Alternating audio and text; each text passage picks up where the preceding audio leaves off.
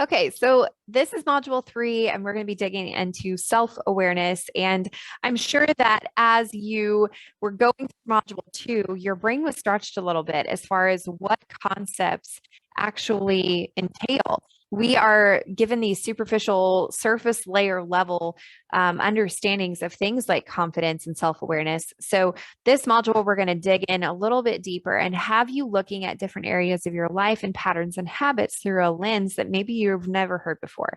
So before we dig in, I just want to encourage you again to have self-compassion and grace for yourself as you're doing observations of your life, of your habits, and the things that you have defaulted to in a response to not being self aware.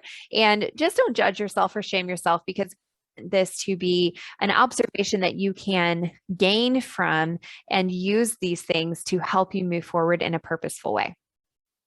So, self awareness is simply the knowledge of one's own character, feelings, thoughts, motives, desires.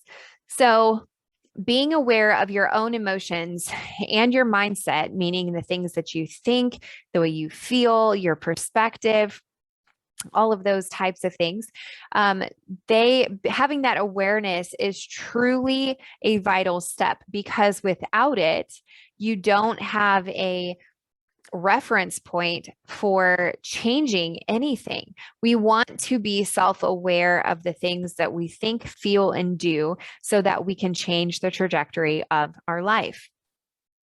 So, self awareness, I love this definition. It's the goal of becoming aware of yourself to be able to objectively evaluate yourself, regulate your emotions, and align your behavior with your values, back from module 1, and then understand how others perceive you as well. And so self awareness can be very tricky. We can think that we feel pretty self aware, like, oh, I'm pretty sure of who I am, what I stand for, my desires, my motives.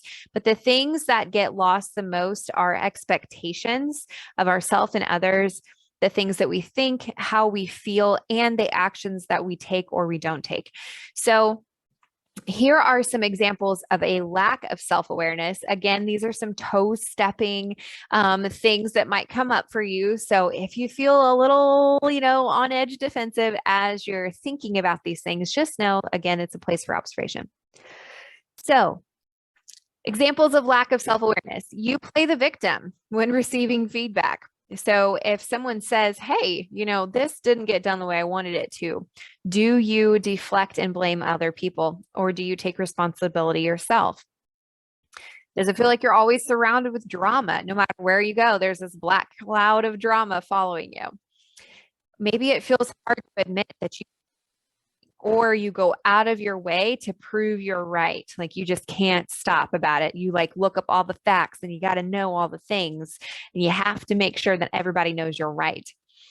You always want to be in control of situations. And I get it. This was a tricky one for me as well, because I'm a mom and I have a bunch of kids.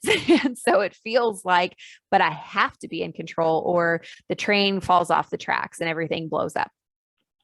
And there is a certain amount of control that we do have to have as busy working women, moms, professionals, but also there's an overextension of control. And we feel like we have to be in control of the whole situation. We have to always know all the things, what's happening, when are we doing this, what are we doing next?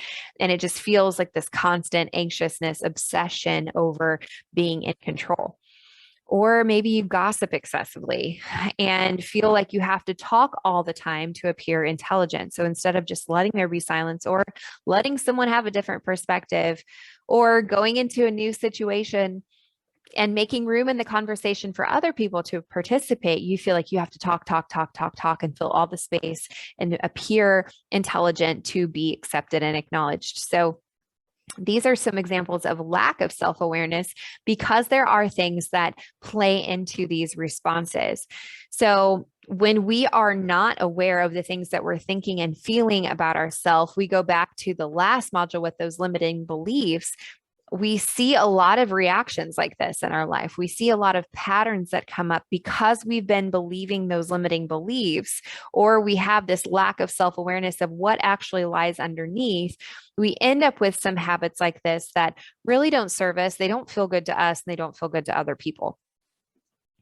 I love this quote. So, what we're getting ready to talk about is really some of the most impactful work that I've done because I wasn't aware of how to sit with my emotions, how to be with myself, how to, instead of run away, my fight or flight response is run away, fly away. It's very quick.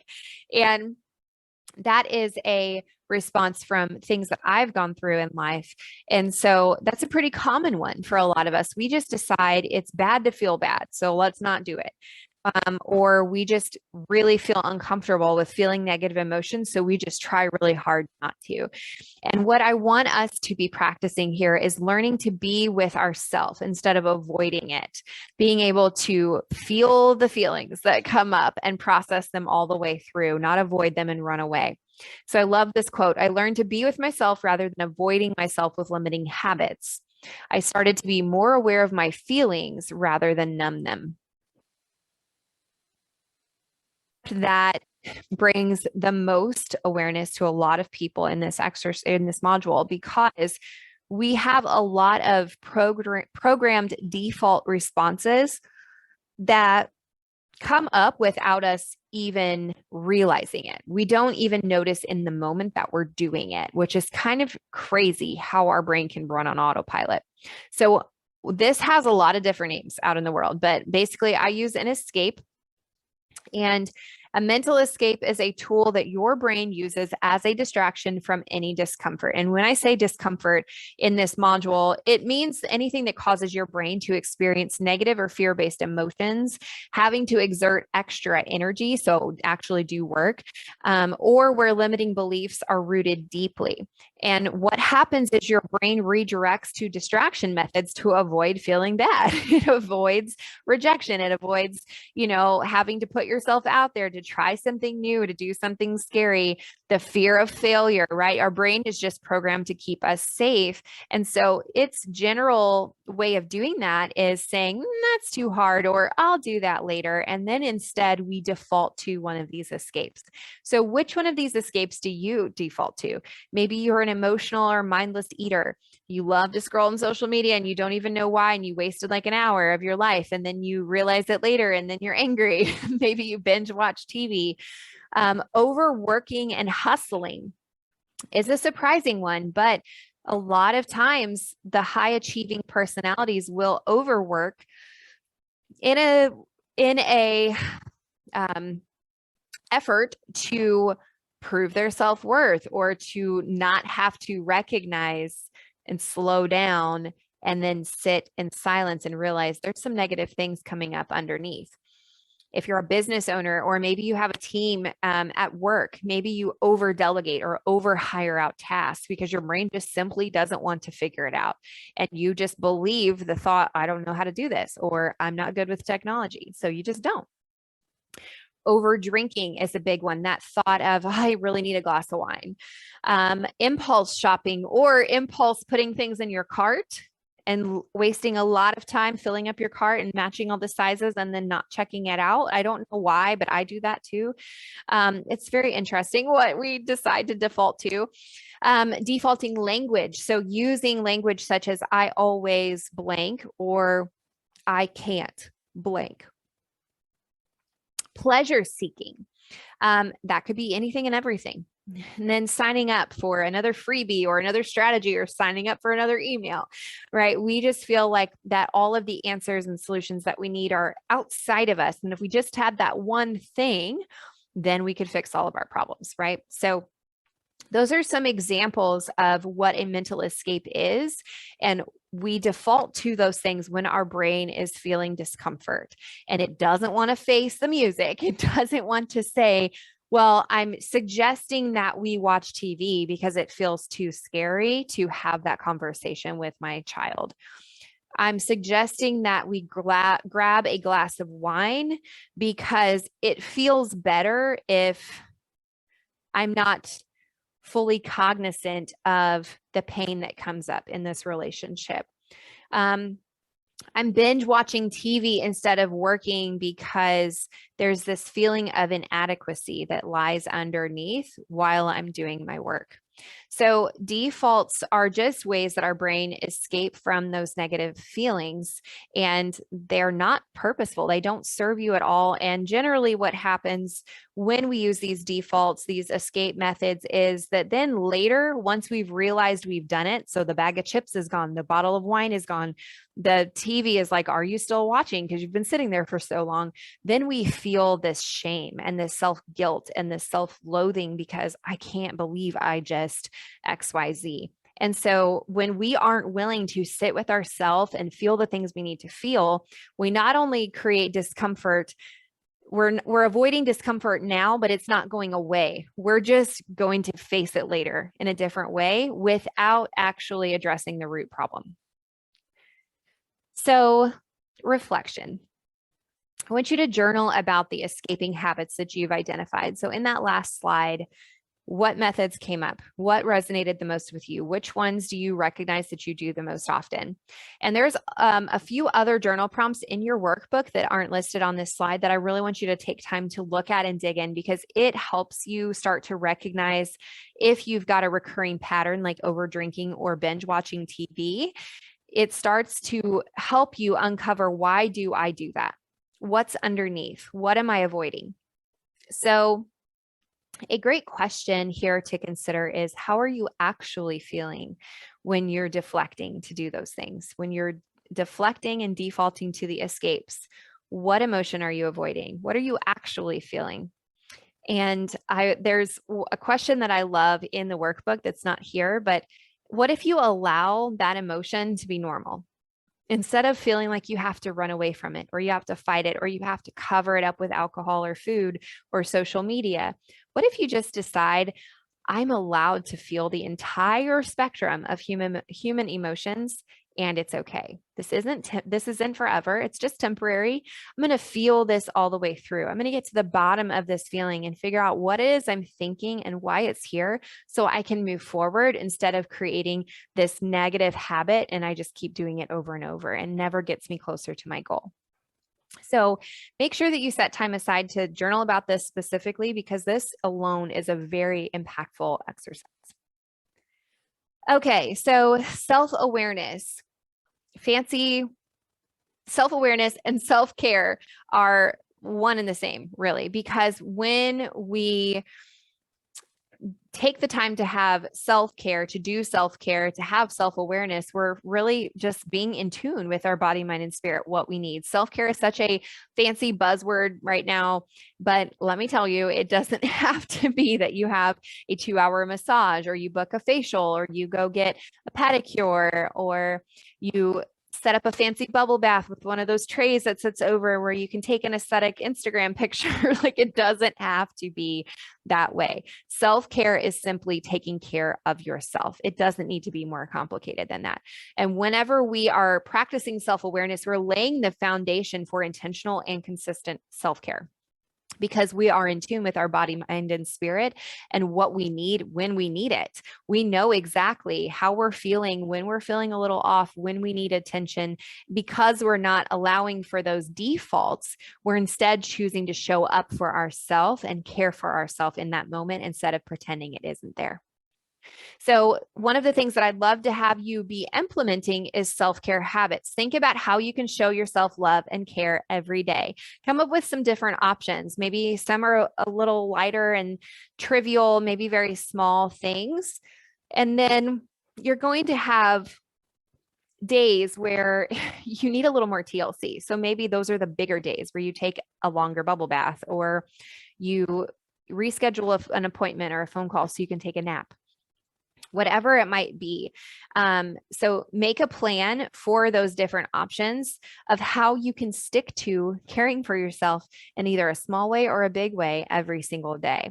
So when are you going to make time for it? Is it going to be a ritual that you have every morning? Is it going to be a assessment that you do on your lunch hour and you decide, what do I need tonight? Do I need to ask my spouse for a little bit of quiet time? Do I want to stay up 30 minutes later and read a book and just refill my own cup?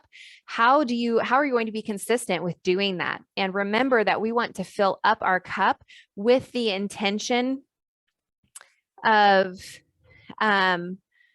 letting your cup overflow.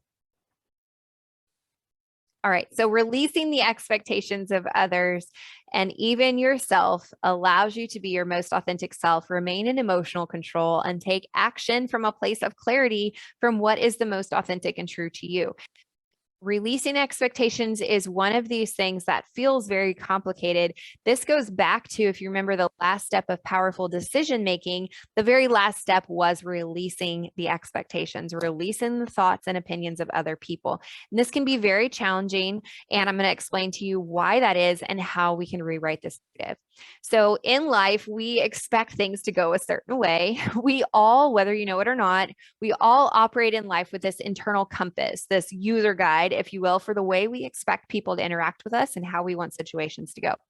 So this little diagram here kind of walks us through. We have a circumstance happen. Everything goes according to plan. We're happy. We walk away, no drama, unoffended, and our relationships aren't affected. So this is the happy little expectation that your brain has in mind.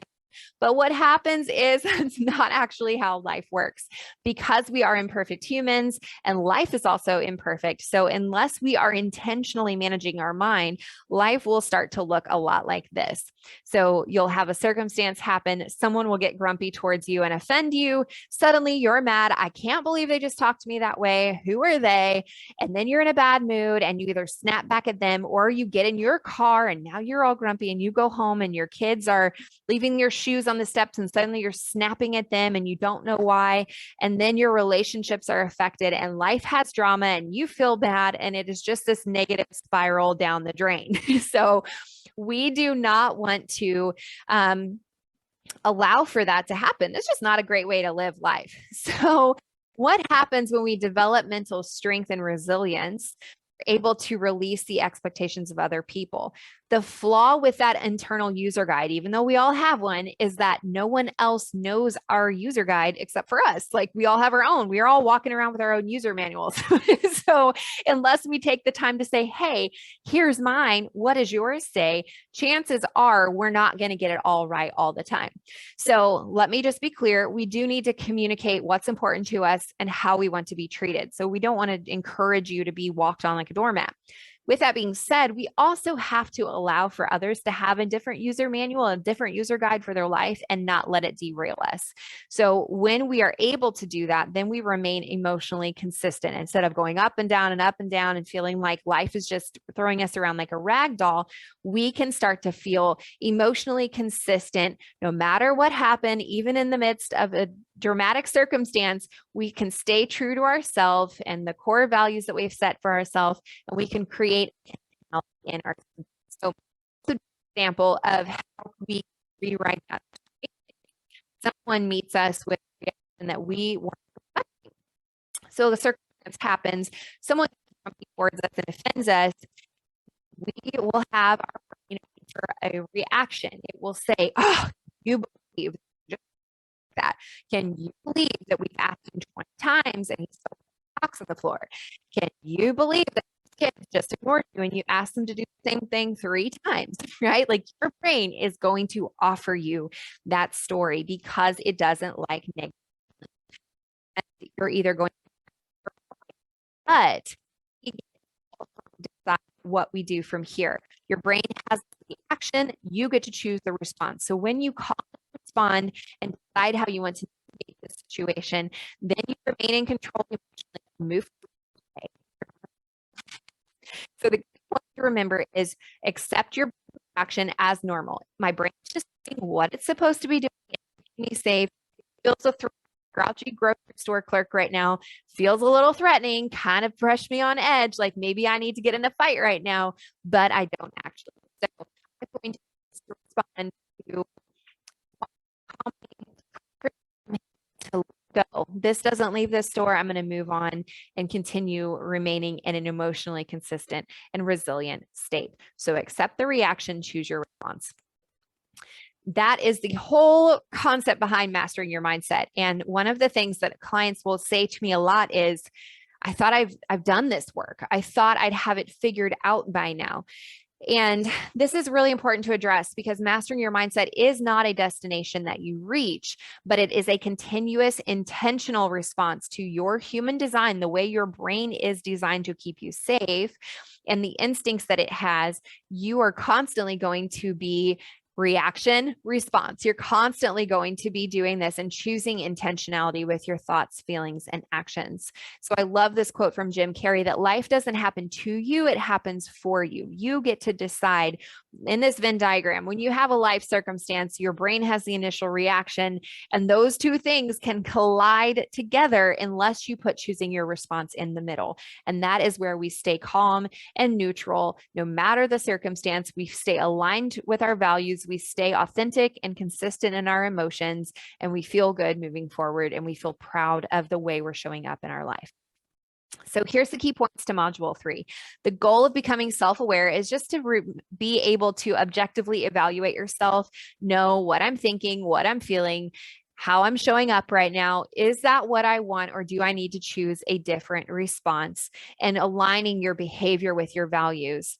Recognizing when you are using a mental escape helps you to be honest about what you're feeling, process it, and move forward without getting stuck in healthy habits. So instead of sitting there and questioning or sitting there and eating an entire bag of chips and never questioning why, this will allow you to question, hi, I wonder why I'm sitting here and I've watched 2 whole episodes when I said 30 minutes. Is there anything I'm avoiding? How am I actually feeling right now? Creating that next level of self-awareness. And then when you're working on mental resilience and strength, just remember this key rule of thumb. Accept the reaction. This is normal. My brain is doing what it's designed to do, and I'm choosing to take a different response. So that is the wrap up of module 3. Of course, all of your questions, comments, thoughts, anything that you need coaching on, celebrations, whatever comes up, please take it to our Facebook group. We can't wait to support you there. And then I would love to coach you through any of the defaults that you go to, any of the struggles that you might have with releasing the expectations of other people and remaining emotionally consistent. Anything that comes up for you throughout this module, bring it to live coaching. I would love to help you, and I will see you there.